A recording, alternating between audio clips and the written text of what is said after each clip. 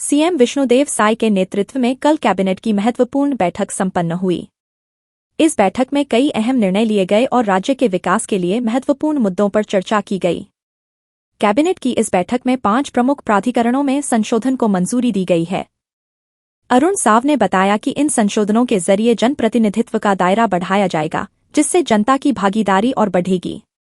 इस बैठक में भूखंडों के पुनर्गठन और नगरीय विकास नीति को हरी झंडी दी गई है, जिससे राज्य के शहरी क्षेत्रों में योजनाओं को और भी तेजी से लागू किया जा सकेगा। राज्य के मंत्रिपरिषद की बैठक मुख्यमंत्री माननीय विष्णुदेव साय जी की अध्यक्षता में संपन्न हुई। बैठक में कई महत्वपूर्ण निर्णय लिए गए और कुछ विषयों पर मंत्रिपरिषद के सामने प्रेजेंटेशन हुआ। जो बैठक में आज निर्णय लिए गए महत्वपूर्ण, वो आपके सामने इस प्रकार है। छत्तीसगढ़ में जो 5 प्राधिकरण बनाए गए हैं, उन 5 प्राधिकरण में एक संशोधन को मंत्रिपरिषद की अनुमति मिली है। ये प्राधिकरण है छत्तीसगढ़ राज्य ग्रामीण एवं अन्य पिछड़ा वर्ग विकास प्राधिकरण, सरगुजा क्षेत्र आदिवासी विकास प्राधिकरण, अनुसूचित जाति विकास प्राधिकरण, मध्य क्षेत्र आदिवासी विकास प्राधिकरण तथा बस्तर क्षेत्र आदिवासी विकास प्राधिकरण। इनमें आंशिक रूप से संशोधन किया गया है। इस संशोधन के माध्यम से प्राधिकरणों में जनप्रतिनिधित्व के दायरे में को विस्तार दिया गया है।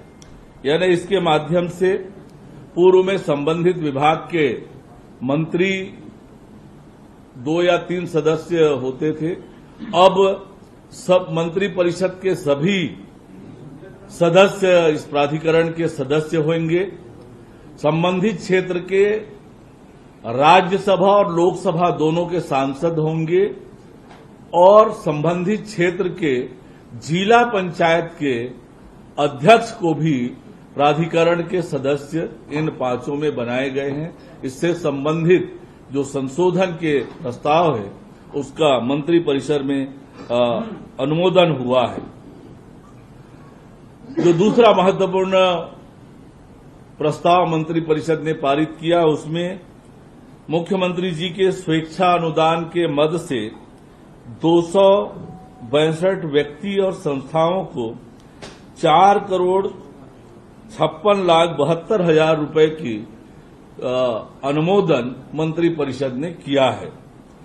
साथ ही एक बड़ा महत्वपूर्ण निर्णय आज मंत्रिपरिषद ने लिया है। इसके माध्यम से राज्य के शहरों के सुव्यवस्थित विकास और राज्य की विकास योजनाओं के प्रभावी क्रियान्वयन के लिए ये बड़ा निर्णय लिया है, जिसके तहत भूखंडों का पुनर्गठन और प्रदेश में स्वीकृत विकास योजना के क्रियान्वयन हेतु शहरी विकास नीति टाउन डेवलपमेंट स्कीम का अनुमोदन किया गया। इस संबंध में दिशा निर्देश जारी करने हेतु आवास एवं पर्यावरण विभाग को अधिकृत किया गया है।